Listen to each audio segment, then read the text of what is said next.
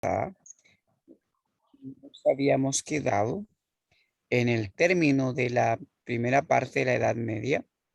Hoy día vamos a mirar o vamos a trabajar específicamente lo que corresponde al inicio de la Edad Moderna. Vamos a hablar a grandes rasgos de la literatura del barroco y eh, ahí vamos a tocar varios autores, varios elementos importantes que pretendo ir comentando con ustedes, ¿ya? Traigo hartas imágenes hoy día más que texto, así que espero que en la medida en que podamos ir compartiendo, ustedes vayan comentando junto conmigo, ¿ya? Les voy a compartir la pantalla donde nos quedamos la semana pasada y yo supongo que ya se ve, ¿cierto? Y como les estaba diciendo en esta clase, ¿cierto? Vamos a continuar mirando el contexto histórico, el periodo histórico literario del mundo occidental y vamos a mirar el Renacimiento y el barroco. Entonces, pregunta para ustedes, como dice aquí, ¿qué ideas se les viene a la cabeza cuando escuchan el Renacimiento, el barroco? ¿Recuerdan cuáles eran sus características? Algunos autores, personajes importantes, obras que sean de esa época. ¿Los escucho o los leo?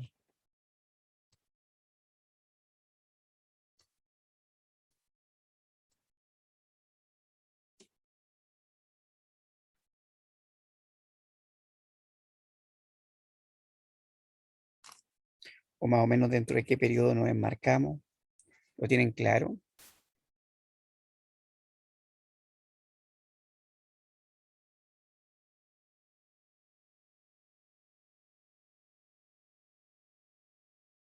Siglo XVIII. Pegate un salto alto ahí, la persona que me comenta por interno. ¿Ya? ¿Alguien más?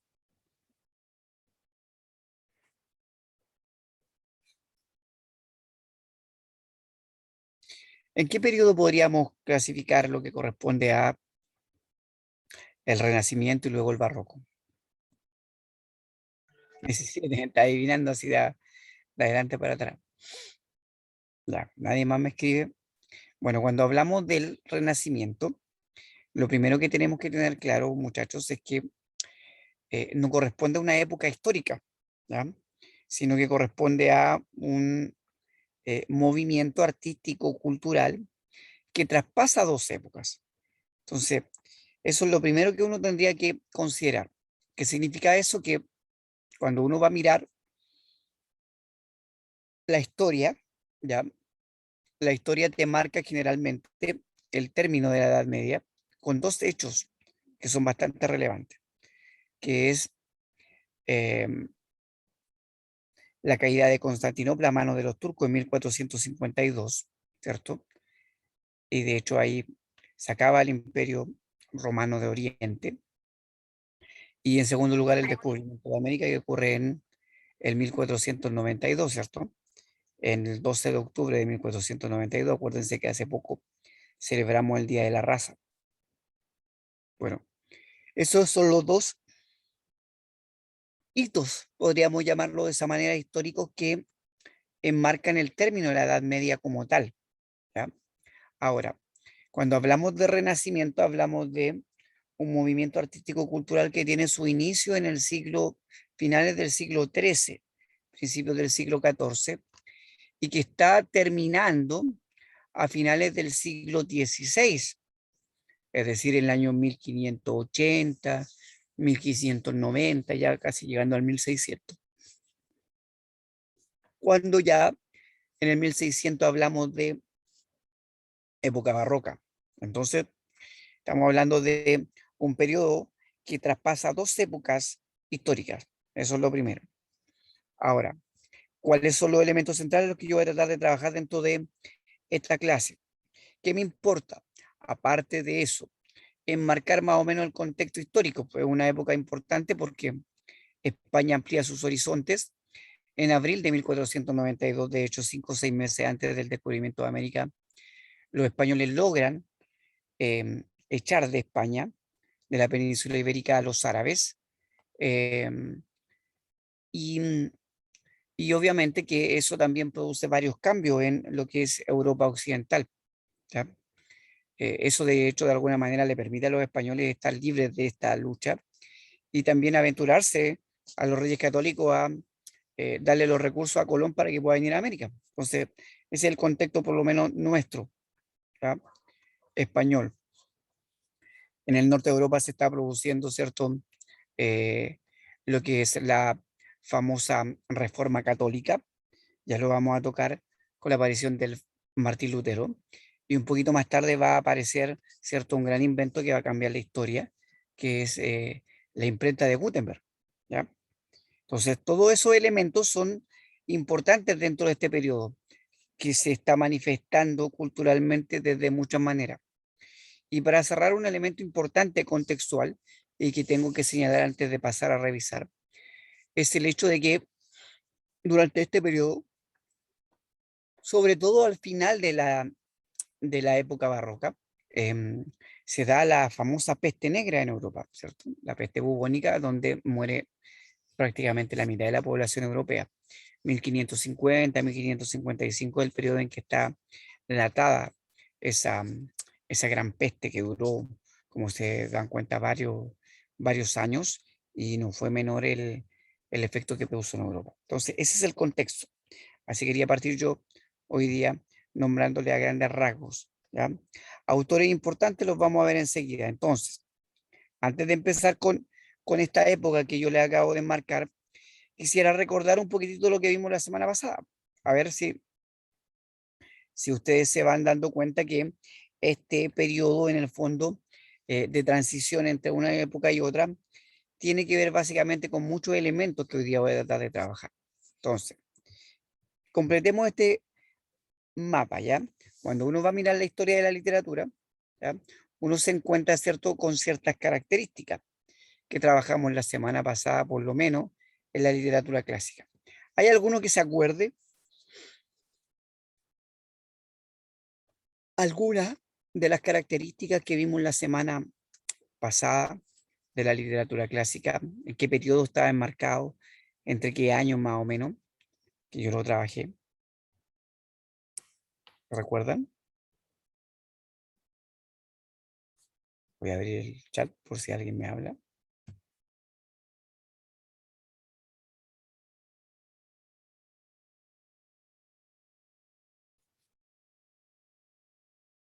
Ya, épica, tragedia y comedia, me dice alguien por interno. Claro, eso correspondía a los tres grandes géneros mayores que aparecen en la Edad Antigua, ¿cierto? En Grecia, ¿ok? ¿Algo más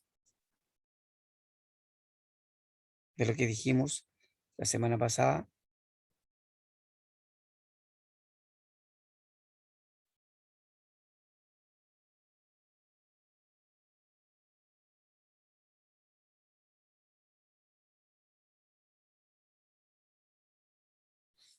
No parece. Tan silencioso hoy día, tan menos participativos que de costumbre, o menos escribiendo menos. Ya, a ver, hace calor. Ah, bueno, en Santiago debe hacer mucho calor, a lo mejor por eso están más lentos. Yo estoy acá en el sur y no hace calor. Hoy día de hecho estuvo lloviendo. Si bien no hace frío, tampoco hace calor. Ya, a ver, vamos a ver.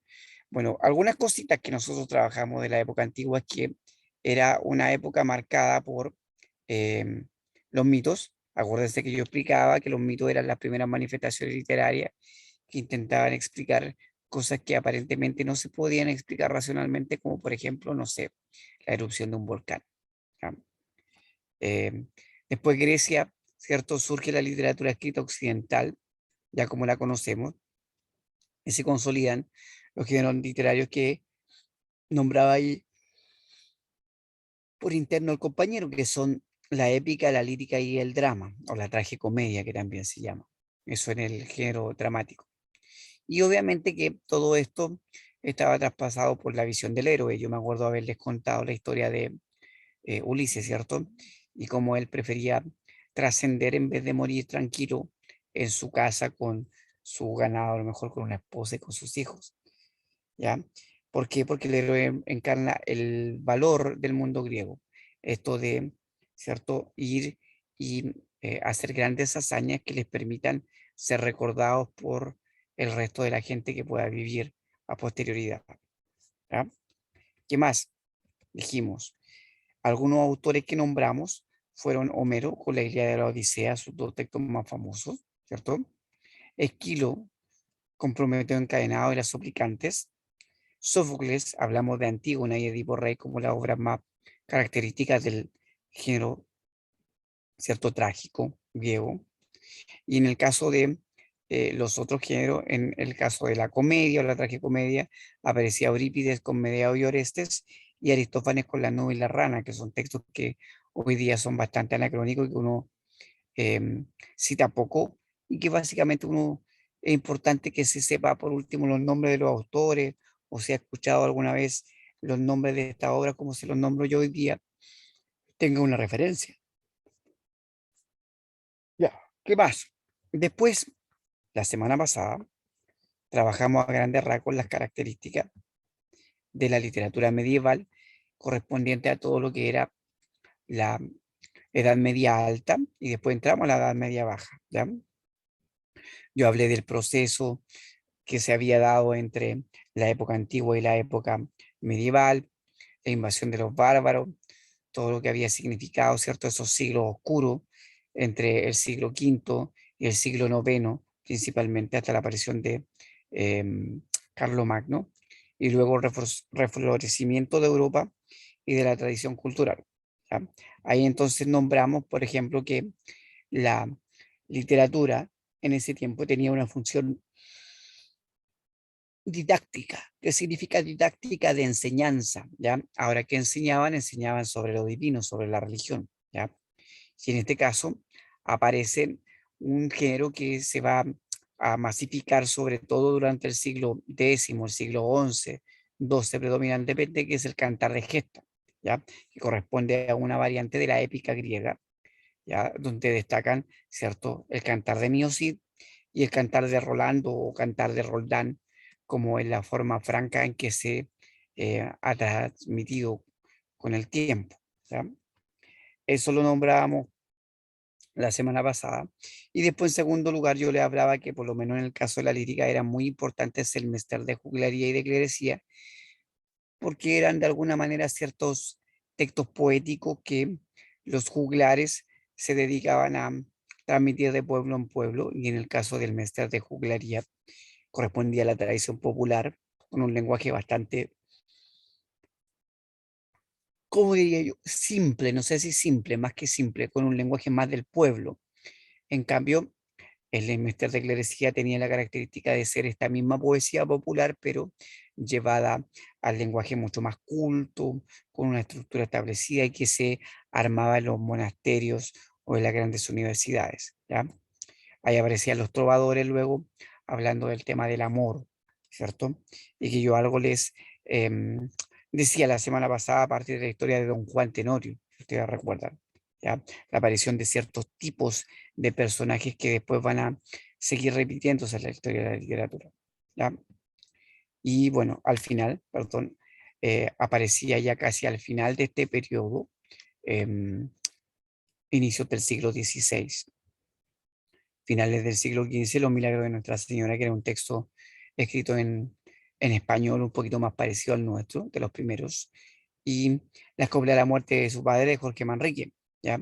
Que es un texto que nos muestra el ideal de vida de la época, en el cual la gente se quiere ir a vivir a un lugar tranquilo y al mismo tiempo añora el estar, ¿cierto?, en algunos pasajes de su vida pasada, de quien hacía el famoso dicho que todo tiempo pasado fue mejor, ¿ya? Que yo les decía la semana pasada. Eso a grandes rasgos, ¿ya? Para ir recordando algunas de las cositas que yo les dije, ¿ya? Y que es importante tenerlas en cuenta. Entonces, desde ahí vamos a revisar un ejercicio de la antigua PSU, como siempre lo hago al principio, ¿ya? Y a ver si ustedes son capaces de contentarlo. Y bueno, después al final de la clase, evidentemente que les voy a dar la respuesta, ¿ya? Así que vamos a ver cómo son capaces de aplicar eso. Antes de eso, antes que se me olvide cuáles son los objetivos de hoy día, vamos a tratar de comprender, conocer algunas características de la visión del mundo o de la época renacentista y barroca principalmente, ¿ya? Cómo ellos trataban de describir, de explicar, de representar la realidad. Luego comprender el contexto histórico-social que explica la producción literaria de esta época de estudio. Y luego finalmente analizar e interpretar textos literarios renacentistas y barrocos a partir de la información del contexto sociocultural. Eso en general, ¿ok? Así que vamos a ver cómo nos va con este texto que es representativo de la época barroca. Es un texto de mediados del siglo XVII y que seguramente ustedes alguna vez han oído. Es el famoso monólogo de Segismundo, una parte del texto de Calderón de la Barca, La vida sueño. Calderón de la Barca era uno de los autores más importantes del siglo XVII, el siglo de oro español, y que dice así, a ver si ustedes son capaces de contestar la respuesta correcta. Dice, sueña el rey que es rey y vive con este engaño mandando, disponiendo y gobernando, y este aplauso que recibe, prestado en el viento escribe y en cenizas le convierte la muerte, desdicha fuerte, que hay quien intente reinar viendo que ha de despertar en el sueño de la muerte. Sueña el rico en su riqueza, que más cuidados le ofrece. Sueña el pobre que padece su miseria y su pobreza. Sueña el que a medrar empieza. Sueña el que afana y pretende. Sueña el que agravia y ofende. Y en el mundo, en conclusión, todos sueñan lo que son, aunque ninguno lo entiende. Yo sueño que estoy aquí de esta cadena cargado y soñé que en otro estado más lisonjero me vi. ¿Qué es la vida? ¿Un frenesí? ¿Qué es la vida? ¿Una ilusión? ¿Una sombra? ¿Una ficción? ¿Y el mayor bien es pequeño? ¿Que toda la vida es sueño y los sueños, sueños son? Ya, ahí está el fragmento de Calderón de La vida es sueño y la pregunta dice así, ¿cierto? En el fragmento anterior saluda a la muerte como 1, inspiradora de los sueños; 2, el sueño en que culmina la vida; 3, una desgracia para el hombre. A ver quién se juega. ¿Cuál podría ser la respuesta correcta entre la A, B, C, D y E? ¿Y por qué razón podría ser? Los leo.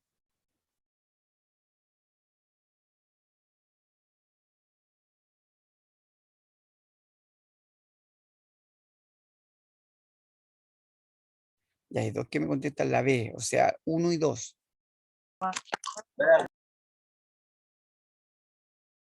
Alguien ahí abrió el micrófono, 3 van con la letra B.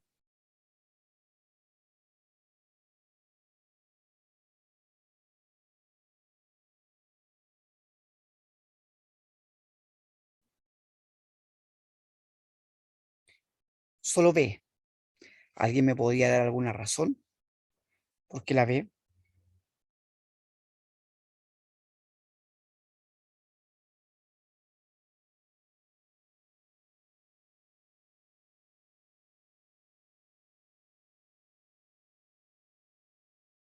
Ya me dice, hay alguien por interno porque no nombra la muerte como una desgracia. Ya.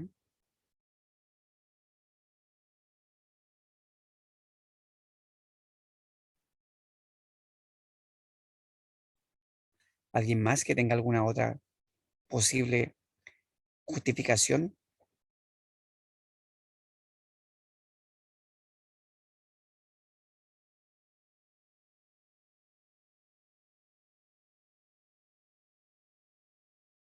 No, parece que no. Bueno, nada, ¿qué les voy a decir? Por mientras no les voy a dar la respuesta porque no tiene gracia que se las dé al tiro y como siempre lo digo al final, ¿ya? Pero como se dan cuenta, esta es una pregunta que se sacó del modelo de Android del año 2009 y bueno, este es uno de los textos más emblemáticos de Calderón de la Barca, Pedro Calderón de la Barca, quien es un dramaturgo principalmente, pero también escribe poesía, ¿ok? Así que vamos a revisar inmediatamente algunos de los elementos principales de esta época y después al final vamos a retomar la pregunta, ¿ya? Entonces, voy a avanzar, ya, ahí puse la carita, ¿cierto? Porque no hay respuesta todavía, y aquí están los contenidos que vamos a trabajar ahora. Entonces, miren, les voy a mostrar ahí una serie de imágenes, ¿ya? Si ustedes se dan cuenta, esas imágenes que acaban de ver, eso es, van apareciendo ahí, son varias imágenes que son representativas de este periodo. Entonces, antes de entrar a mirar el contenido específico, ¿qué les llama la atención de todas estas imágenes que fueron apareciendo en pantalla?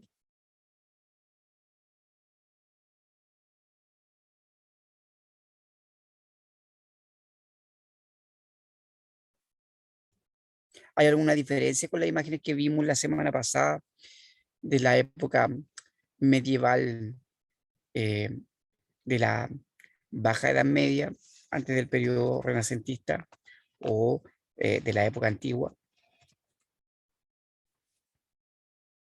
A ver, me recuerda a la escolástica, dice esta imagen. Sí, ¿te acuerdas qué es lo que era la escolástica? Ahí el que me estaba diciendo por interno.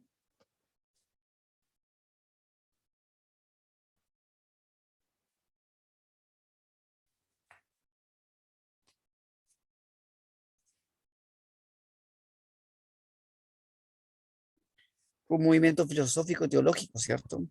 De la época medieval. Más que un movimiento filosófico, fue un método de enseñanza que se ocupaba en las universidades. De hecho, la escolástica implicaba las cuatro artes primordiales que tenían que tener los que estudiaban en la universidad en esa época. ¿Ya? Si mi memoria no me falla, tenían que ver con la retórica, em, con la aritmética, em, ya no me acuerdo cuál eran los otros dos, pero tenían que ver con eso. ¿Ya?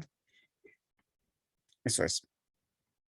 Exactamente, utilizó la razón para educar a las personas y ocupaba la lógica principalmente para poder hacerlo, ¿ya? Ok, ahí hay una referencia, pero también aparecían otras imágenes. ¿Se acuerdan alguna de las otras imágenes que les coloqué ahí en la primera diapositiva o vuelvo hacia atrás? A ver, voy a ver si puedo volver hacia atrás. Ya, ahí, ahí está, miren, ahí van apareciendo de nuevo las imágenes para que las observen si es que no se acordaban.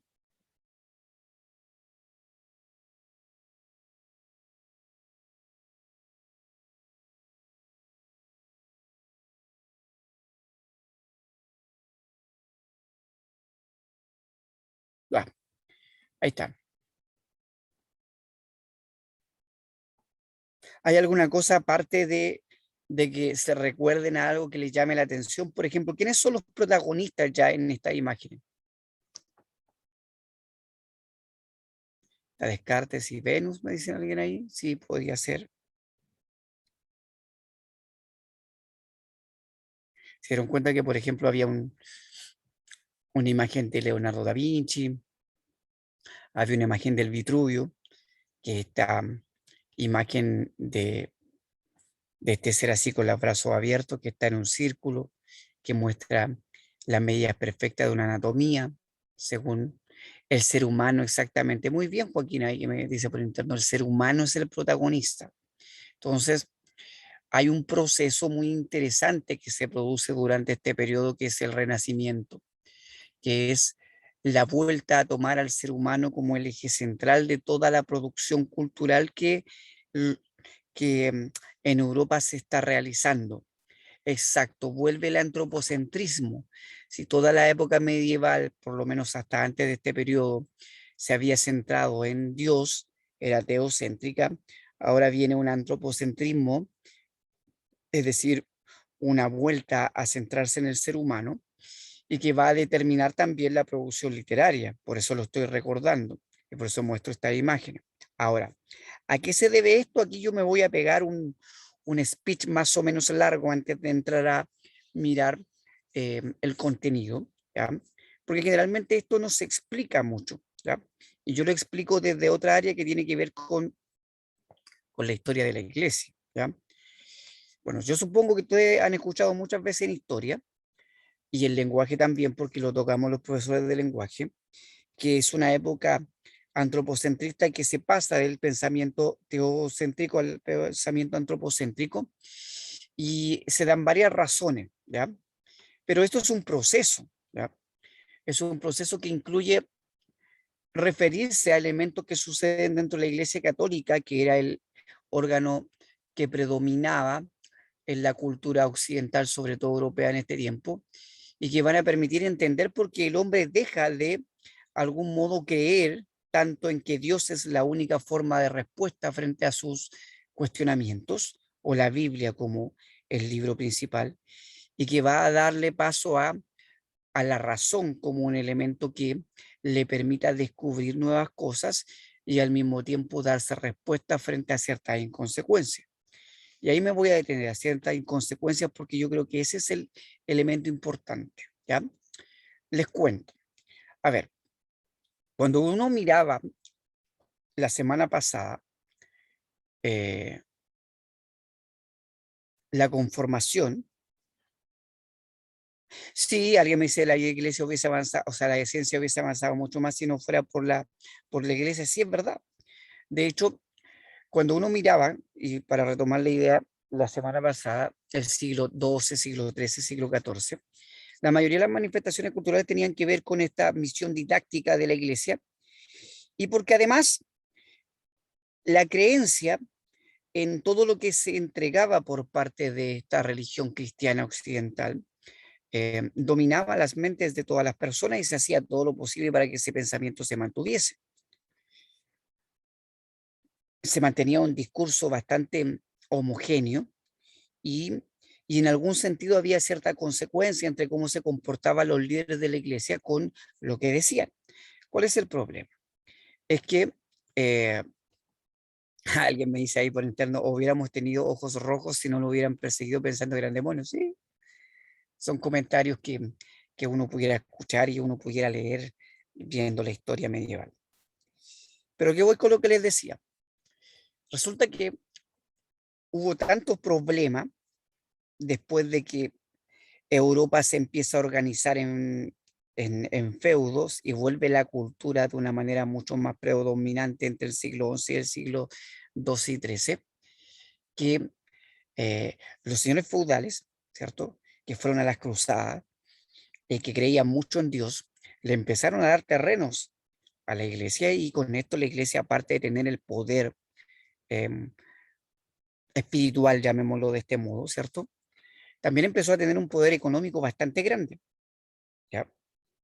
Y supongo que ustedes saben, y si no lo saben se los comento, hasta por lo menos esta época, siglo XII, siglo XIII, siglo XIV, todos los integrantes de la iglesia podían tener familia, se podían casar. Los obispos tenían la posibilidad de casarse y tener hijos, ¿ya? ¿Por qué?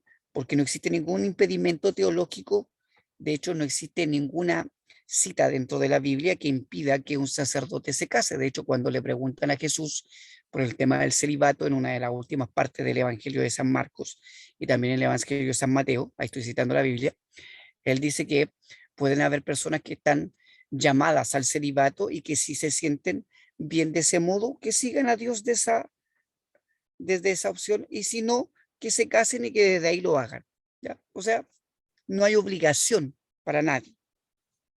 ¿Me explico? Entonces, ¿qué es lo que pasa? Los obispos, los sacerdotes, tenían hijos y no tenían un solo hijo. De hecho, no eran monógamos. Muchas veces tenían muchas parejas y iban dejando hijos por distintos lugares. ¿Cuál es el problema?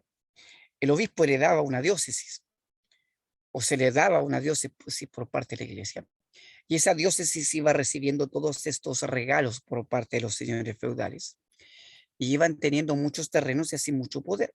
Entonces, cuando un obispo moría, los que heredaban estos terrenos y estos grandes latifundios y esta grande recepción, además de los diezmos por parte de estos lugares, eran sus hijos, y los hijos recibían este poder económico, pero al mismo tiempo recibían el título de obispo. Generalmente estudiaban para ser sacerdotes, obtenían el título igual, porque en el fondo no tenían impedimento tampoco para casarse. Entonces seguían la misma tradición. ¿Cuál es el problema? Que no siempre los herederos, ¿cierto?, se comportaban de acuerdo a las enseñanzas de la iglesia. Entonces usufructuaron de mala manera de estos bienes que recibieron. Em, Se empezaron a pelear entre hijos por la herencia. Por ejemplo, si un obispo había recibido del obispado de Milán unos terrenos, pero también había recibido de Nápoles y también había recibido de Córdoba en España, o había recibido por ejemplo, no sé, en Trento, en el norte de Italia, así sucesivamente. Entonces se empezaron a poner muchas disputas. Y la gente empezó a ver esto como algo muy negativo. Obviamente, si tus autoridades eclesiásticas están propagando que tú tienes que ser pobre, que tienes que dar las cosas a la iglesia, al diezmo, pero te dedicas a gastar esas cosas en cosas que no corresponden y a comportarte mal, la gente empieza a tener una especie de contradicción entre lo que uno dice y lo que hace, que es lo mismo que ha pasado históricamente en los últimos años dentro de la iglesia. O sea, y se produjo una crisis bastante grande de fe. Eso se produjo más o menos a mitad del siglo XII o XIII. De hecho, incluso hubo un momento que se dividió el poder y hasta hubo una mujer papa y hubo dos papas más aparte de esta mujer papa que se estaban peleando el liderazgo de la iglesia. ¿Ya? Si no me creen, los detalles los pueden buscar después en internet, mucho más específico de lo que yo les puedo decir. Yo les estoy contando solo el proceso para que entiendan por qué pasa esto. Entonces quedó la escoba, en palabras de buen chileno. Entonces uno de los papas tratando de, después de que pasa esta crisis, se vuelve a unificar el papado y un papa recibe el poder, intenta salvaguardar esto. ¿Y cómo lo hace? Llama a los monjes que vivían en las montañas a que bajasen de las montañas y vinieran a predicar el evangelio a las grandes ciudades.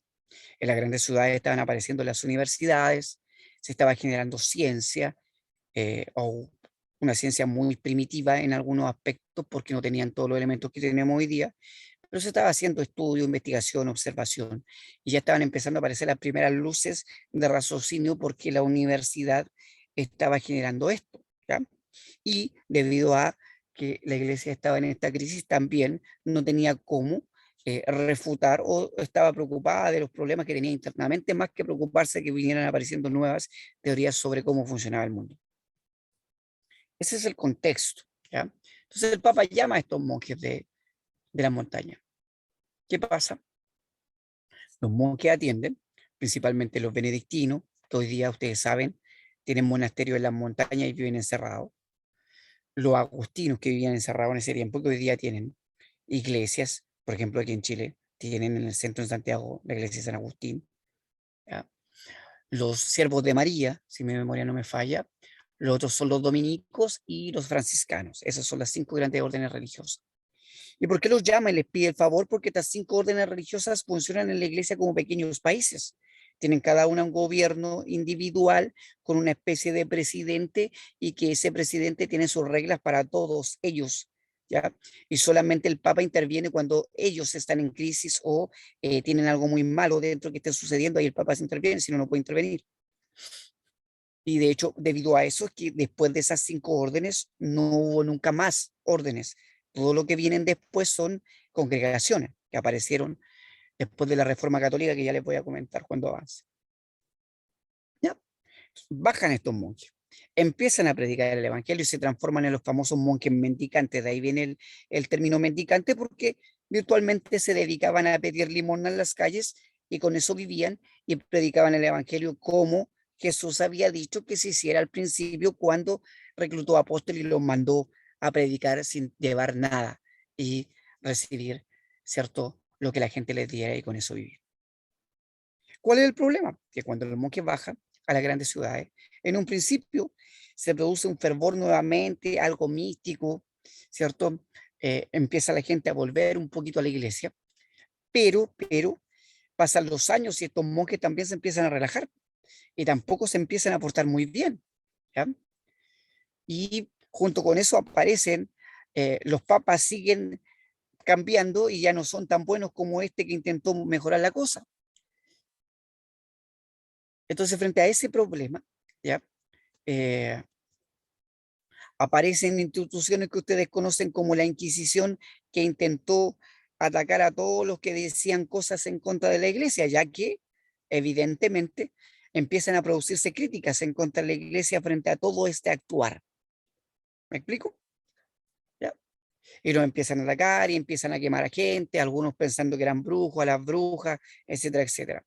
Y además se le ocurre, ¿cierto?, inventar las famosas bulas, que eran unos documentos que le prometían a la gente que si los compraban, ¿cierto?, cuando murieran iban a pasar derechito al cielo porque todos sus pecados iban a ser perdonados.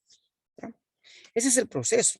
Entonces, ¿qué pasa? Llega en un momento, y ahí me estoy adelantando algunas diapositivas que voy a mostrar más tarde, que aparece un grupo de monjes de estos que estaban ya instalados en las ciudades y que ya habían perdido eso de estar en la montaña, de andar predicando en las calles, que dice, oye, ¿sabes que estamos mal? No podemos hacerlo y nos vamos a separar de esto y vamos a generar otros grupos que intentan volver al original y se van de nuevo a las montañas y se llaman los grupos de recolección. De hecho, si ustedes buscan en internet, existen los agustinos recoletos, los dominicos recoletos, los siervos de María recoletos, que en el fondo son grupos como que se separaron de los centrales, los rebeldes, que quisieron volver a retomar la idea original.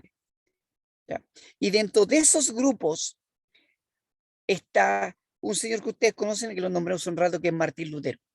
Martín Lutero era un monje que pertenecía a un grupo de recolección, que se separó de la orden de San Agustín y generó los agustinos recoletos, y que vivían en el sur de Alemania. Y ahí donde Martín Lutero, dándose cuenta de todas estas cosas que no funcionan bien, se le ocurre caminar hasta Roma, ¿cierto? Y pegar sus 95 tesis en eh, en la puerta del Vaticano, ¿cierto? Llamando al Papa a eh, que cambiara todas estas cosas malas. Y en el fondo, cuando uno va a mirar la historia, Lutero quería que esto cambiara, porque él era parte de la iglesia. El tema es que el Papa le cierra la puerta en la cara y lo excomulga. Entonces, cuando se produce eso, Lutero lo que hace es salirse de la iglesia y formar un grupo aparte, y a partir de eso se produce la escisión y lo que nosotros conocemos hoy día como la reforma y la aparición del protestantismo. Entonces, todo ese proceso unido a este avance en las universidades, a esta mala fama que tiene el clero, a esta crisis tremenda, va a permitir de algún modo esto que yo les mostraba en imágenes. Y con eso voy cerrando esta primera parte que yo les mostré en diapositiva. Entender que el paso del teocentrismo al antropocentrismo es un problema que se da por lo menos en un par de siglos, pero en un par de siglos de muchas más decisiones que ocurren dentro de esta institución que era la iglesia y que permite, ¿cierto?, a gente tranquilo y genera nuevas teorías, porque no tuvieron tiempo de estar pendiente de todo esto y rebatirlo, y yo lo digo así muy prácticamente, porque estaban preocupados de tratar de resolver sus problemas internos. Entonces, si se dan cuenta, no es la primera crisis, si hoy día la iglesia está en crisis y casi nadie va y casi nadie cree, no es la primera vez que pasa eso. ¿Ya? Solo que hoy día es mucho más masivo porque se conoce mucho más y tenemos, ¿cierto?, la posibilidad de tener medios de comunicación que nos transmiten toda esa información, tanto oficial como no oficial, ¿cierto? Y que, y que hace que nosotros tengamos los ojos más abiertos, que nos demos cuenta de la realidad. En ese tiempo, estas críticas se producen más en la esfera de la gente educada, que era muy poca. La gente del pueblo común, en algunos casos, se da cuenta de algunos elementos, pero en otros no se da cuenta y sigue percibiendo a la iglesia como el ente que, que les da las directrices para vivir. ¿Ya? No lo piensen tampoco como un elemento masivo, como un día uno lo pudiera pensar, sino que era bastante limitado a la gran casta, a la gente que vive en la ciudad y la gente educada que sabía leer y escribir y que iba a las universidades. Ese es el proceso. Por eso que el hombre pasa al centro de nuevo y Dios empieza a quedar de lado. Como dijo, cierto, si no me recuerdo, Nietzsche, a principios del siglo XX, Dios muere, pero no muere en el sentido de que lo hayamos matado, sino que simbólicamente la misma iglesia lo mata, mata su imagen. ¿Ya? La termina colocando en un baúl y la termina escondiendo porque ya incluso muchas cosas de las que se refieren a Dios da vergüenza decirlas. Es lo mismo que pasó en ese momento, ¿ya? Y no estoy diciendo nada, creo yo, si es que hay alguno de ustedes que tiene eh, adhesión a la religión o tiene alguna creencia, creo yo que no estoy diciendo nada que va en contra de alguna creencia, sino solo contando cómo es el proceso, a grandes rasgos, los detalles. Obviamente no lo sé, no soy profesor de historia, pero yo lo intento explicar desde ahí. Entonces, junto con eso, ¿cierto? Empiezan a aparecer estas manifestaciones artísticas que dan cuenta de este cambio de mentalidad, muchachos. Claro, ahí me dice alguien por interno, según lo que leí de Nietzsche, dice eso, en el sentido de que Dios nunca existió. No lo sé, ahí a la persona que por interno me comentan, yo no sabría decir eso, ¿ya? Creo que es muy taxativo eso. Em, pero sí creo que la misma iglesia se encargó de matarlo en la Edad Media y generar y producir este cambio que, no sé, eh, fue muy bueno, gracias, ¿cierto? A eso es que tenemos muchas cosas de las que hoy día sabemos, mucha información y la cultura avanzó. Y después, a principios del siglo XX, cuando se produce el otro quiebre, también genera otros cambios. En el fondo, la historia siempre es así. Es un movimiento de avanzada que entra en crisis y a partir de esa crisis se producen nuevos cambios. ¿Ya? Eso a nivel de eh, todos los ámbitos de la vida del ser humano. ¿Ya? Si uno lo tuviera que decir así. Entonces, por eso que esto permite, de alguna manera, y vuelvo a lo que estaba diciendo, estas manifestaciones culturales desde todo ámbito. La aparición de un Da Vinci como el representante más importante del Renacimiento, porque Renacimiento significa el volver a nacer, el que aparezcan de nuevo estas manifestaciones que se daban desde la antigüedad. Los griegos eran grandes científicos, los romanos fueron los que copiaron a estos grandes científicos, se habían perdido de alguna manera. Los dogmas cristianos habían limitado, como dijo un compañero hace un rato, el avance de la ciencia. Pero todo esto que se produjo en estos 3, 4 siglos, entre el siglo XII al XVI más o menos, eh, eh, hacen que este despertar del ser humano se manifieste en esta cultura nueva, ¿ya? Donde el hombre es el protagonista, ¿ya? Y el barroco va a venir a exacerbar eso. De hecho, el barroco tiene esa dualidad, ¿ya? Eh, la dualidad de qué?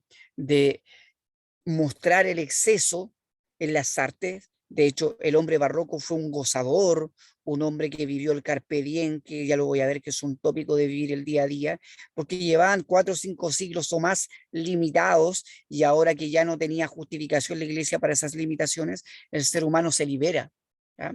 Entonces, el barroco es una época de mucha liberación, pero al mismo tiempo de una tristeza y de una angustia existencial, porque muchos de los problemas que tienen que ver con el espíritu quedaron pisoteados y la gente no hallaba a qué aferrarse. Entonces existe esa dualidad muy propia de los momentos de crisis, ¿ya? Es como, voy a hacer una analogía, como cuando tienes un pajarito encerrado toda la vida en una jaula. Si tú le abres la puerta, va a salir volando y seguramente va a salir a una velocidad que si no es capaz de controlarla puede chocar con cualquier cosa, porque no está acostumbrado. El envión es demasiado grande y que lo puede llegar a matar, ¿ya? Si se choca con un muro o si se pilla con un depredador que no conoce, ¿ya? Entonces, le pasó lo mismo en muchos aspectos al ser humano. Em, Se dedicó a producir y producir desde la razón, ¿cierto? Y a tratar de llenar ese vacío eh, desde ahí, ¿ya? No digo que sea malo, pero podría haber sido mucho más progresivo, ¿ya?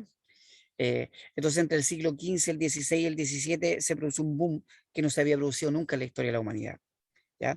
Aparecen entonces estas manifestaciones, como yo le estoy mostrando aquí en la imagen, ¿ya? ¿Qué más? Que es importante. El contexto histórico, entonces, además, está traspasado por una nueva realidad política, el Estado Nacional, ¿ya?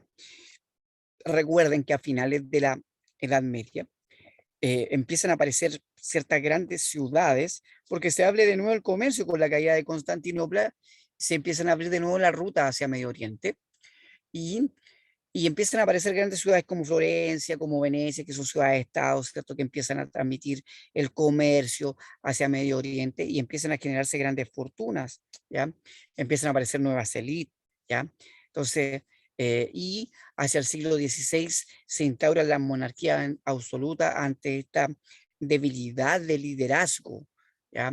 De autoridad que antes la ejercía la iglesia y que hoy día la tienen que pasar a, a- a tomar los grandes líderes de los grandes territorios, no sé, piensen en los reyes, el rey de Alemania, que después, o sea, o perdón, el rey de España, que después pasó a heredar los territorios alemanes y que convirtió el imperio español en un inmenso imperio que no se ponía el sol, según Carlos V, ¿ya? Empiezan a aparecer también eh, con el descubrimiento de América, el deseo de ir a otros lados, ¿cierto? A conquistar nuevas tierras, a buscar nuevos lugares donde poder em, encontrar nuevos recursos económicos. Entonces así se van produciendo grandes em, organizaciones, ¿cierto? Que van a llegar a producir ya hacia el siglo XVIII el concepto de Estado-nación que nosotros hoy día conocemos. Entonces, es un periodo bastante convulso que se genera en el siglo XV con mayor preponderancia, ¿ya? Ustedes están viendo ahí, ¿cierto? Aparece el concepto, por lo menos en literatura, y ahora ya voy a empezar a conectar con literatura, aparece el concepto del tipo humano del conquistador, ese que llega a las nuevas tierras y impone. Lamentablemente, nosotros como americanos lo tenemos mucho más claro, llegan a imponer sus creencias, sus formas de ser, y no es por el diálogo, sino por medio de la arma, ¿ya? Eh, son capaces de exterminar a poblaciones completas. No sé, pensemos en la etnia original de donde llegó Colón en San Salvador, que eran los indios taínos, que en 50 años los desaparecieron a todos. ¿Ya? Hoy día con suerte nos quedan algunas palabras de ese idioma que se ocupan en el Caribe como testimonio de esa cultura.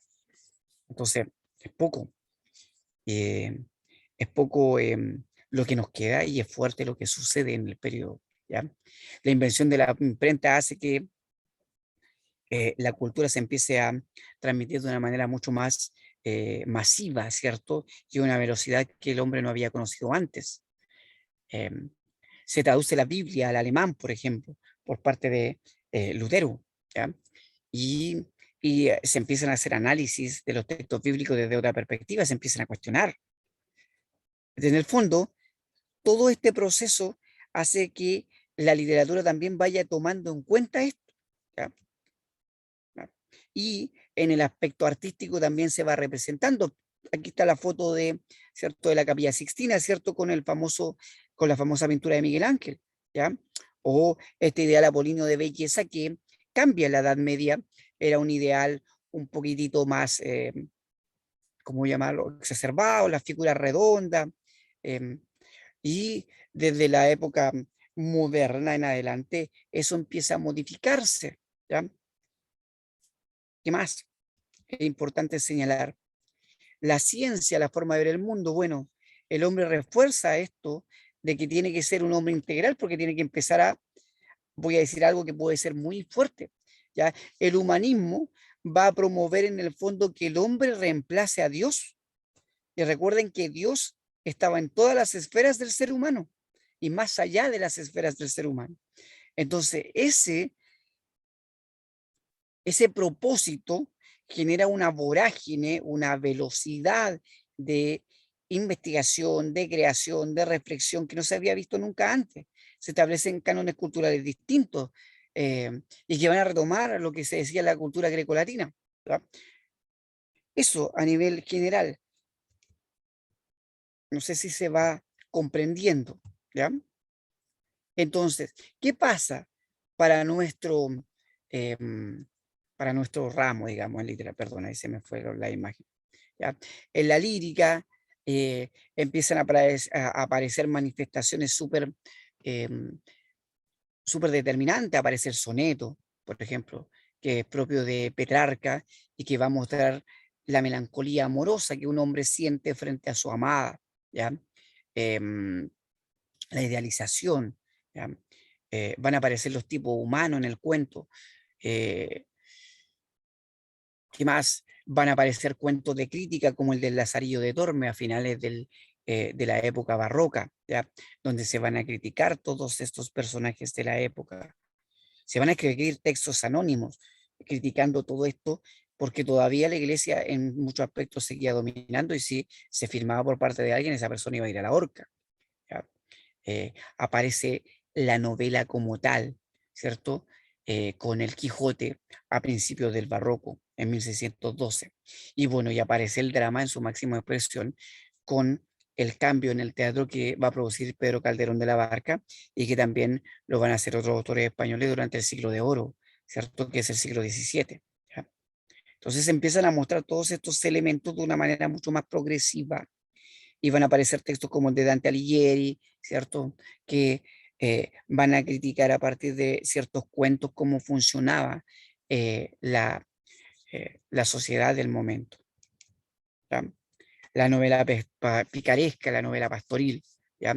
Y en España aparece el Teatro Nacional, un teatro religioso por una parte con los autos sacramentales, que van a tener una función didáctica todavía y de hecho con los que van a llegar los monjes o los religiosos a América a tratar de imponer esta ideología y enseñarle a los indios o a los indígenas, mejor dicho, ciertos indios no son, desde ahí, ¿ya? Y en el caso de Inglaterra, ¿ya? En mitad del siglo XVII, 1650, 1640 por ahí, aparece el drama de un inglés con un tono más popular, con una primacía de la acción, con una crítica social. Aparece Shakespeare, ¿cierto? Con máximo esplendor. Entonces, es una época de mucha producción. ¿Ya? Algunos de los autores más representativos yo la he ido nombrando, pero aquí los sintetizo en esta eh, diapositiva, ¿cierto? Giovanni Boccaccio en Italia con el Decameron, ¿ya? Que es un texto eh, narrativo, ¿cierto? Donde se hace una crítica abierta a la cultura de la época. El Cancionero de Petrarca, donde aparecen los sonetos que ya los dije. El Lazarillo de Tormes, Anónimo de España. La Divina Comedia de Dante Alighieri, ¿cierto? Donde se hace esta mezcla de toda la cultura grecolatina con la cultura cristiana católica, donde este hombre va al infierno a buscar a su amada. Si ustedes recuerdan, con la división de los estadios del infierno, del cielo y del purgatorio. Y bueno, y aparece también la literatura caballeresca, el Amadís de Gaula en España, que es un texto importantísimo que hoy día se lee muy poco y que solamente uno a veces lo conoce porque cuando nos toca leer el Quijote hace referencia al Amadís, ¿ya? Pero el Amadís es el icono de la literatura caballeresca de la época, ¿ya? Eso es. ¿Qué más? En el caso eh, de otros elementos, ya los nombré, estaba la reforma religiosa de Lutero y que después va a dar lugar a la contrarreforma de la Iglesia Católica. De hecho, se da el Concilio Vaticano I durante el siglo XVI como respuesta a, a esta reforma de Lutero. ¿Ya? Y en ciencia, ustedes saben muy bien la teoría de Galileo Galilei, ¿cierto? La teoría eh, heliocéntrica, ¿o no? Y el famoso Concilio de Trento, donde se produce el famoso Concilio Vaticano I, ¿ya? Que intenta poner a la iglesia de nuevo eh, a la vanguardia del pensamiento de la época, pero que ya había perdido, ¿cierto? Mucho y que nunca más lo volvió a recuperar. ¿Mm? Eso es todo de la época del barroco, siglo XVII. ¿Ya? ¿Qué pasa con la sociedad española, que es la que a nosotros nos importa? Hay un deterioro bastante grande. Entonces, yo no sé si ustedes recuerdan, pero en la sociedad española del siglo XVII es una sociedad de luz y sombra. ¿Por qué de luz y sombra? Porque los que viven en la corte, ¿ya? Viven con grandes lujos, recibiendo todo lo que sacaban de América, ¿ya? Y en cambio el pueblo vive muy pobremente en el otro extremo, ¿ya? Entonces ahí es donde empiezan a aparecer diferencias radicales que van a producir finalmente que a principios del siglo XX antes de la llegada de Franco, ¿cierto? Se provoca una guerra civil en España, porque ya la monarquía no daba para más. ¿Ah? Pero bueno, todavía no voy a avanzar en eso porque ahí voy adelantando algunas cositas. Y bueno, la creación de la Inquisición, que ustedes ya saben lo que significó, ya se los comenté hace un rato. Ya. ¿Qué más? ¿Ya? En el plano de la cultura en general, aparecen estos señores, ¿ya? Que si bien no van a influir y seguramente no les va a aparecer ningún texto de esto de la PTU, es importante que ustedes los conozcan por último de nombre, ¿ya? Aparecen René Descartes, ¿cierto? Con su famoso discurso del método, señalando que la razón es la base de todo, ¿cierto? Pienso, luego existo. Em, Leibniz, ¿cierto? Con su pragmatismo, ¿cierto? Y su filosofía más del racionalismo puro. Y Baruch Spinoza, ¿cierto? Que es la famosa muralla racional, la muralla lógica, con su inmanencia, ¿cierto? Entonces, es una época de grandes genios, ¿ya? Galileo influye en el pensamiento posterior y en España la actitud representada desde la tradición que todavía se trata de mantener va a estar dada por Gracián, que es un escritor más, em, más centrado en el clasicismo. ¿Ya? Eso es, a grandes rasgos. ¿Ya? Hoy estoy haciendo el trasfondo general. La otra semana, antes de pasar a la época moderna, seguramente voy a revisar autores, textos más específicos, ¿ya? Ya me queda, como les decía, solo este mes de esta clase de octubre y ya la otra semana entro en noviembre y la otra semana más encima es feriado. Así que bueno, qué terrible, ¿ya?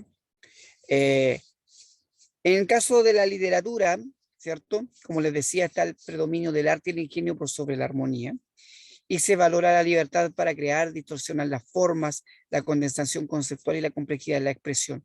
De hecho, aparecen dos corrientes estilísticas, que es el conceptismo y el culturalismo. El conceptismo, ¿cierto?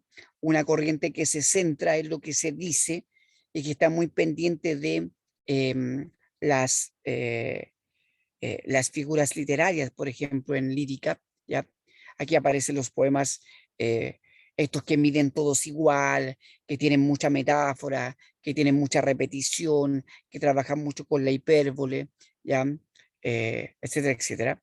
Y en el caso del culturalismo, que es la otra corriente, que es la que se preocupa, ¿cierto?, de que todo tenga que medir de una manera precisa, ¿cierto? La métrica, por lo menos en lírica, importante en este tiempo. ¿Ya? Eh, Aparece la división de los poemas del arte mayor y el arte menor, etcétera, etcétera. Que yo no sé si eso sea necesario que me extienda con eso porque no se los van a preguntar en la prueba. Pero es importante que ustedes entiendan que existen dos corrientes durante el barroco, sobre todo lírica, una centrada en el concepto, en la idea, ¿ya? Donde ahí el mayor representante va a ser Luis de Góngora, el español, y el culteranismo, ¿ya? Donde ahí aparecen otro tipo de autores mucho más clásicos, ¿cierto? Más centrados, por ejemplo, con la poesía mística religiosa como Sor Teresa de Ávila o Sor Juana Inés de la Cruz, en el caso de América, o estoy pensando en San Juan de la Cruz, en el caso de España también, y que yo espero que lo hayan visto en el colegio, y si no lo han visto, me comentan y yo algo les puedo decir. ¿Ya? Y bueno, y aquí caigo en lo más importante en el plano literario, ¿ya? Don Quijote de la Mancha con Miguel de Cervantes. Entonces, aquí yo voy a hacer una pregunta. ¿Por qué creen ustedes que los profesores de lenguaje, la historia de la literatura, la historia en general, le da un carácter tan importante a este texto? ¿Ya? ¿Qué tiene de importante el Quijote que siempre nos lo repiten y que cuando lo leemos, en algunos casos, ¿cierto? Yo tengo alumnos que nunca lo han entendido, les da una lata porque es tan largo y porque además esto es un lenguaje que les parece muy complicado. ¿Qué tendrá este texto que es tan importante?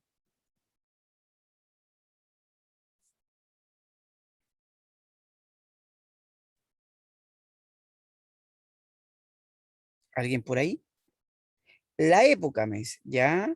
Sí. Este texto está datado más o menos de 1612, ¿cierto? Ya, la trama, pero Sí, la época, la trama, lo complejo del ser humano. Ya, por ahí ya nos vamos acercando más al mensaje del Quijote. Es que nunca lo he leído, me dice Constanza. Bueno, y yo me imagino que muchos de ustedes a lo mejor no lo han leído, y si han leído, se han aburrido, o no lo han entendido, o no les ha gustado, o etcétera, etcétera. Uno encuentra muchas razones. Porque yo creo que, y eso lo digo a modo personal, aunque va a quedar grabado, ¿ya? Que el Quijote no es un libro para que un alumno en tercero o en cuarto medio lo lea. Son muy pocos los que logran entender la profundidad del texto. Creo que se necesita más experiencia de vida, más lectura en el cuerpo, como va a poder llegar a entenderlo, ¿ya? Yo me leí 70, 50, 70 páginas, me dice uno de los chicos ahí. Bueno, se lo voy a tratar de resumir en palabras muy sencillas, ¿ya? El Quijote es importante primero porque es el origen de la novela moderna. Antes del Quijote no existían textos que colocaran tantas cosas en un solo texto. Me explico. La novela moderna tiene como característica ser una crítica social, ser una muestra de un tipo humano, de cómo es el ser humano, ser filosofía, ser antropología, ser crítica de la religión, es decir, ser crítico de todo. Entonces, el Quijote porque es, es un texto emblemático, porque en un solo texto uno encuentra de todo, ¿ya? Segundo, porque nos critican el modelo de ser humano que hay en ese momento y que a posterioridad va a seguir siendo muy importante y que creo yo que no deja de tener importancia. El modelo de héroe, ¿ya? Antes del Quijote, el modelo de héroe era Mio Cid, que yo se los comenté la semana pasada. Mio Cid era el buen vasallo, el buen creyente, el buen esposo, el, el gran peleador, el buen padre, el buen compañero, es decir, el hombre perfecto, ¿ya? En cambio, el Quijote es un viejo, em, delgado, de una apariencia poco atractiva, que enloquece después de leer novelas de caballería, y las novelas de caballería lo único que hacen es alusión a historias de fantasía, ¿ya? Y que, ¿cierto? Y que se le ocurre salir a pelear con personas y con personajes que no existen, ¿ya? Pero no existen en la realidad porque simbólicamente sí existe. Cuando el Quijote pelea contra un molino de viento, está peleando contra a lo mejor la grande industria, lo podríamos decir simbólicamente. Cuando el Quijote coloca en su cabeza, ¿cierto?, una prostituta como la dueña de todos eh, sus metas y le ofrece todo a ella como si fuera una doncella, está criticando el concepto de doncella de la Edad Media, está criticando el concepto de la mujer perfecta, ¿ya? Eh, Cuando el Quijote no sale con una armadura perfecta y con una espada perfecta y no sale en un caballo maravilloso a pelear contra los que están en contra de la religión o de la injusticia, y sale con una armadura de lata hecha con cartones, ¿cierto? Con una espada toda oxidada, ¿cierto? Y arriba de un caballo que parece burro, ¿ya? Todo flacuchento, y además coloca a como su compañero no a alguien inteligente que gane un buen caballo y que sea también un buen peleador, sino que coloca a un campesino que no tiene educación y que va arriba de un burro y que lo único que tiene es la sabiduría popular. Está criticando todo el modelo de sociedad que existía en el momento, ¿ya? Entonces, por eso es importante, por eso produce un cambio, ¿ya? Y hasta el día de hoy, el Quijote es un loco lindo, porque en su locura nos muestra el ideal de ser humano que deberíamos de seguir, no centrados solo por la religión, aunque muchos de los consejos que el Quijote da tienen que ver con la religión, porque Cervantes fue muy sabio en ese sentido, tomó lo bueno de la religión y lo puso en la boca de don Quijote, y también puso lo bueno de la religión y lo puso en la boca de la popularidad de Sancho, pero no se quedó y no puso lo malo, sino solo lo bueno, en el sentido popular, en el sentido general, no metiéndole a Dios a la gente en la cabeza. Entonces es interesante desde ahí. Por eso es importante. Entonces, cuando a ustedes les toque leerlo alguna vez, mírenlo desde ahí.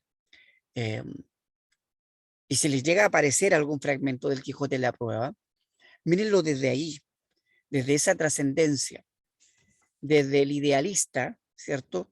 En contra del realista. El Quijote es el idealista, Sancho es el realista. Todos en nuestra vida hemos conocido a un soñador y hemos conocido a un realista extremo. Y desde ahí, ¿qué es importante? Bueno, de ahí aparece la vida del Buscón Dos Pablos de Francisco de Quevedo, ¿ya? Que es un texto que cambia la historia, ya también. Y bueno, y las soledades de Luis de Góngora, que es un texto reflexivo, un texto lírico, que nos muestra la melancolía y la tristeza del ser humano del barroco, lo que les decía hace un rato, ¿ya? Em, la vida del buscón Don Pablo, del buscón llamado Don Pablo, es una sátira, es una crítica a la sociedad también desde el género dramático. No me voy a extender tanto en eso porque si no, no voy a alcanzar. Yo me entusiasmo hablando del Quijote y de estos autores.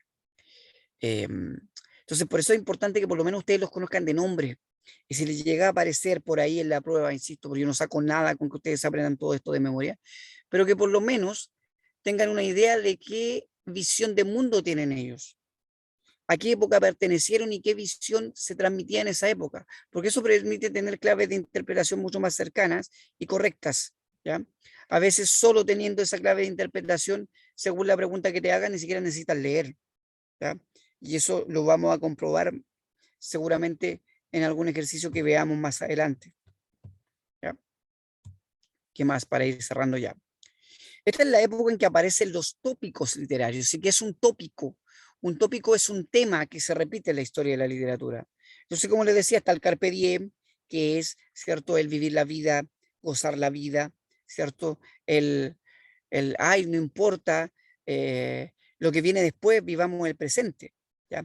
El docus amoenus, que tiene que ver básicamente con el lugar que yo, ¿cierto?, observo como el ideal, como el tranquilo, donde yo me encuentro bien. Y el Beatus Ille es ese lugar de ensueño que yo espero tener algún día, ¿ya? Em, como cuando uno dice, a mí me gustaría cuando viejo vivir en tal parte, no sé, en una casa a la orilla del mar, con una chimenea y leyendo libros, ¿ya? No sé, ese es mi Beatus Ille, ¿ya? Eh, para otra persona puede ser otra cosa, tiene que ver con eso. ¿Y por qué aparece tanto esto? Porque están escapando de la realidad. La realidad está muy cruda. Entonces empiezan a generar tópicos que aparecen en las novelas, en la literatura como representativo y que en el fondo están criticando lo que está sucediendo. O sea, si el Carpe Diem me muestra a un hombre desenfrenado, es porque en el fondo está criticando ese desenfreno que se está produciendo. Lo tengo que ver así, ¿ya? Aparece el tipo humano, que es el tipo humano, ciertos podríamos llamarlo, no sé si estereotipo, porque un estereotipo, la palabra estereotipo de repente está muy mal utilizada y pensada como algo negativo, ¿cierto? Como una especie de chapa que le colocan a alguien, un letrero, este es así. Bueno, el tipo humano en esta época es un tipo de persona, un hombre que representa, por eso está el conquistador y por ejemplo está la foto de Pedro de Valdivia, ¿ya? O está el humanista en el caso de Leonardo da Vinci, o el estudiante que aparece ahí, esa pintura que está mostrándome seguramente a un monje o a un Tomás de Aquino, ¿ah? O el cortesano, ¿cierto? Que en las cortes, ¿cierto? Adula eh, a las doncellas y que cree en el amor idealista. ¿Ah? Eso es. Está el caballero andante, que es Don Quijote, ¿cierto? Que es el que busca estas aventuras. Está el gozador, el Don Juan, ¿ya? El que se dedica a, eh, lo voy a decir en palabras mucho más actualizadas, ¿cierto? A engrupir, así decían en mi época, mujeres para quitarle la virginidad y después dejarlas botadas. Es el, no sé, ¿cómo le llamarían hoy día? El que va a una fiesta y tiene un tanchancó y después si te he visto no me acuerdo. ¿Ya? eh, um, Cosas como esa. ¿Ya? Ahí me comentan, ¿cierto? El papá moderno, ¿cierto? Papito corazón, que lamentablemente ahí me comentan por interno, sí, po, es terrible, pero es así. ¿Ya? La madre ideal, ¿ven? Esa idea de una mujer perfecta, que nos han transmitido en la cabeza, que tiene que tener esto, que tiene que tener lo otro, que tiene que tener lo otro. Oigan, si no existen ni el hombre ni la mujer perfecta, existen un hombre de carne y hueso y una mujer de carne y hueso con virtud y defecto, pero que la literatura y la historia nos encargó de decir que tenía que ser de tal modo. ¿Ya? Y el pícaro, el que trata de encontrarle alguna situación, ¿cierto? El ajuste y aprovecharse de, ¿ya? Eso en el fondo. El, en Chile, ¿cierto? Los de estratos más bajos le dicen el vivo, ¿cierto? El pillo. Eh, eso es. Ok, por ahí por lo menos alcancé a tocar todos los temas. Lo hice de manera muy general, le insisto, la otra semana seguramente voy a hacer un recorrido un poquito más específico y voy a pasar a la modernidad y a ver si alcanzo a llegar a la época ya pasado de la modernidad, sino la época contemporánea, ya, por tema de tiempo, ya. Pero tenía que explicar desde el punto de vista de la iglesia para que ustedes entiendan, para que ahora cuando ustedes lean un texto de la época, lo entiendan en esa clave y por lo menos su interpretación sea mucho más atinente. Entonces, vamos a ver este ejercicio inicial. Vamos con este texto de Calderón que les explico el contexto. No sé si leyeron alguna vez La vida sueño de Calderón de la Barca, pero es la historia de un rey, ¿cierto? Que que tiene un hijo y el hijo, ¿cierto? Le dicen que va a ser un muy mal hijo. Al modo de los antiguos le, le dan un destino o le predicen un destino negativo, ¿ya? Entonces, frente a eso, este hombre decide, ¿cierto? No matar al hijo, ni mucho menos como pasó en el caso de Edipo, pero sí lo deja encerrado en una torre de un palacio, de un castillo. Y y designa a su mayordomo de mayor confianza para que lo vaya a ver todos los días, le dé comida, lo críe, lo eduque, ¿ya?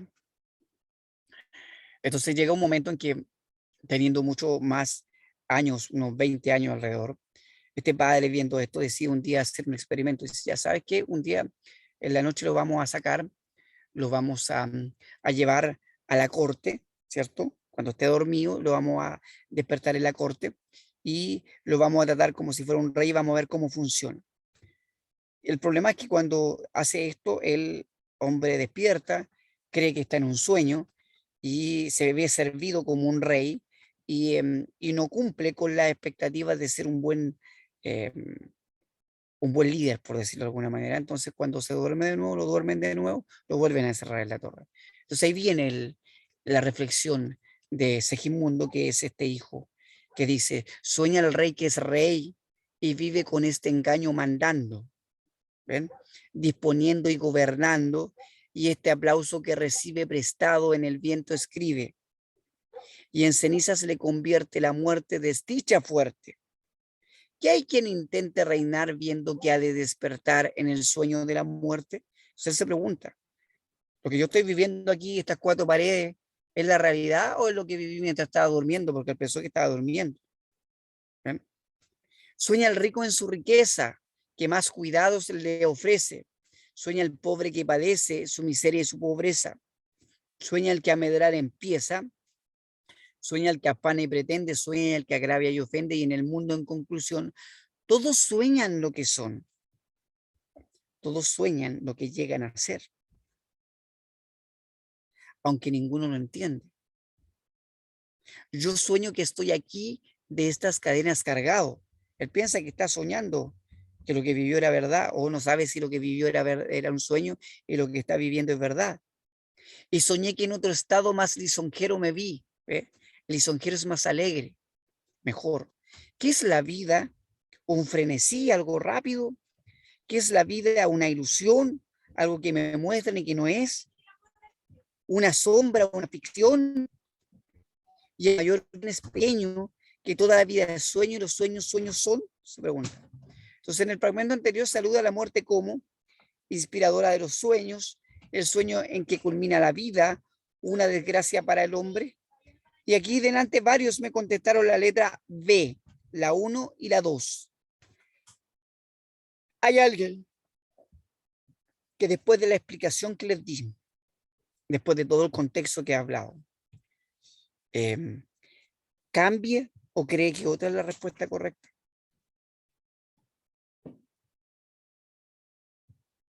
¿O se mantienen en su decisión de pensar que es la letra B?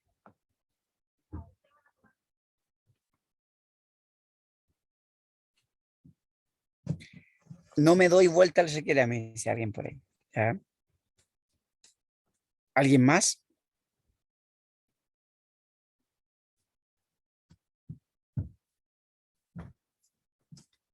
Antes de cerrar.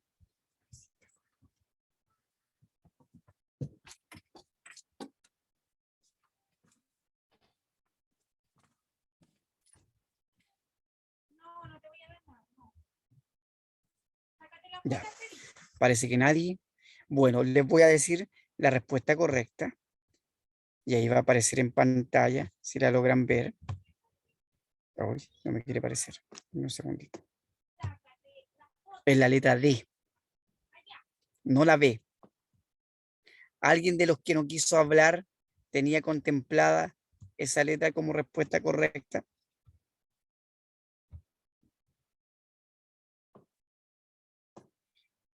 Porque la letra D dice solo 2 y 3. Yo tenía la B, la D o la M, dice alguien por ahí, pero es que hay que decidirse por una. Ya. Bueno, ¿por qué no corresponde la una? En la 1 en ninguna parte habla de que, ¿cierto? Que la muerte inspira los sueños. La 2, evidentemente, el sueño en que culmina la vida, de hecho, hace una alusión a eso. Y la 3, cuando dice una desgracia para el hombre, en el fondo, cuando él se cuestiona, yo sueño que estoy aquí en estas cadenas cargado y soñé que en otro estado mal lisonjero me vi. Ahí está haciendo referencia a que piensa que lo que está soñando, que el sueño que está viviendo es una desgracia. No lo dice directamente, pero yo lo puedo inferir. ¿Ah? Entonces ahí está la respuesta a que sea la 3 parte de la respuesta, la 2 que está dicho con anterioridad, ¿cierto? De hecho, hay en el verso que dice que hay quien intenta reinar viendo que ha de despertar en el sueño de la muerte. ¿Ven? Pero en ningún caso es inspiradora de los sueños, ¿ya? Porque no da opción a que la muerte permita soñar, sino todo lo contrario. La sueño te puede llevar a la muerte, de alguna manera. ¿Ya? Por eso que dice que sueña, que toda la vida es sueño y los sueños, sueños son. Ya. ¿Alguna duda? ¿Le quedó claro? Sino ya para ir cerrando y como siempre yo saco mi fotografía pertinente de la gente que está presente.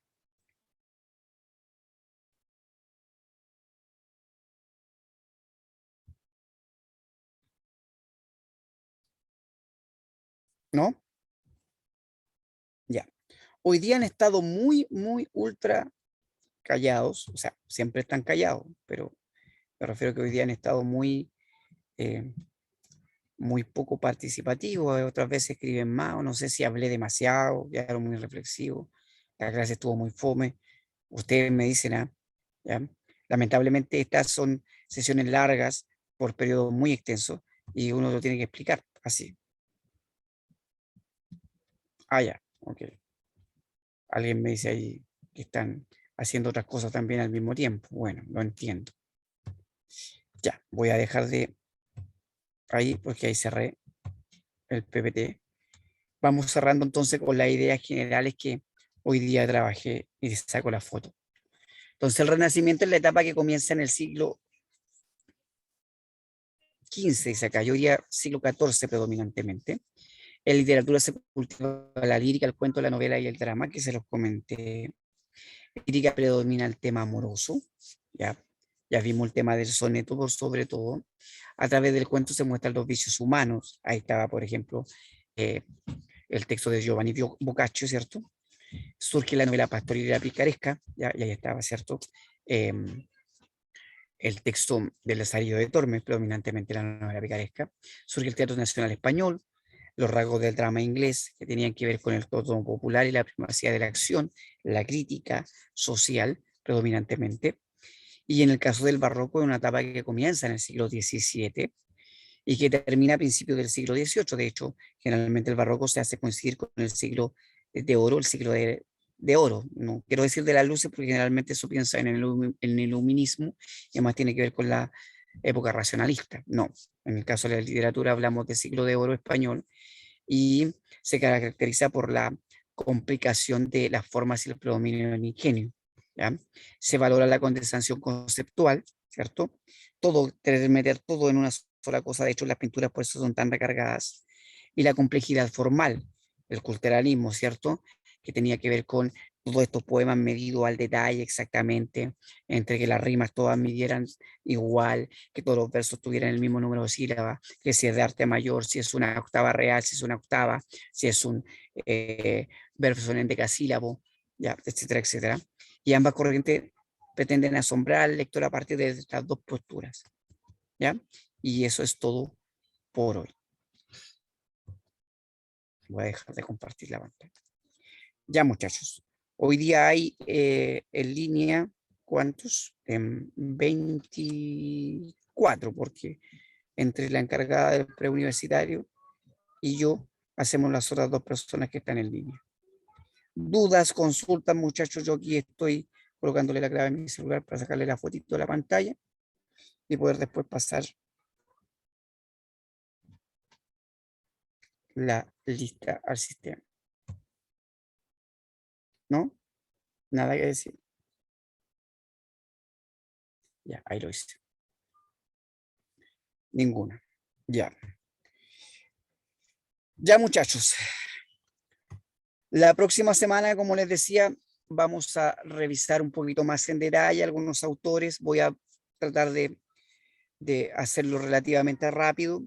Vamos a ver la época moderna y si alcanzamos a llegar hasta principios del siglo XX, sería maravilloso. Ahora, digo la otra semana entre comillas porque el próximo lunes 1 de noviembre es feriado. Entonces, yo me imagino que no va a haber clases, como ha ocurrido cuando ha existido una festividad como esa durante el año. Así que en ese caso nos estaríamos viendo en 15 días más.